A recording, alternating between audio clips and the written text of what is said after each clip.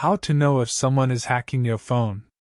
Detecting if someone is hacking your phone can be challenging, as hackers often try to remain discreet. However, there are some signs and steps you can take to determine if your phone has been compromised. Unusual battery drain. If your phone's battery is draining significantly faster than usual, it could be a sign of malware running in the background. Overheating. If your phone is getting unusually hot, it might be a sign of malicious software or a rogue app consuming resources. Increased data usage. Monitor your data usage. A sudden spike in data usage when you haven't changed your habits could indicate unauthorized data transfer. Slow performance. If your phone suddenly becomes sluggish and unresponsive, it could be a sign of malware or a hacking attempt. Unexpected pop-ups.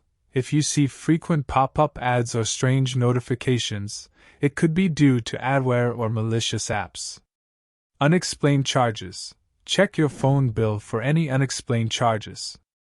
Some hacking attempts may result in premium rate text messages or calls. Disabled security features. If your phone's security features, such as antivirus or firewall, have been disabled without your consent, it could be a sign of tampering. Unfamiliar apps or settings. Look for apps you didn't install or settings that have been changed without your knowledge.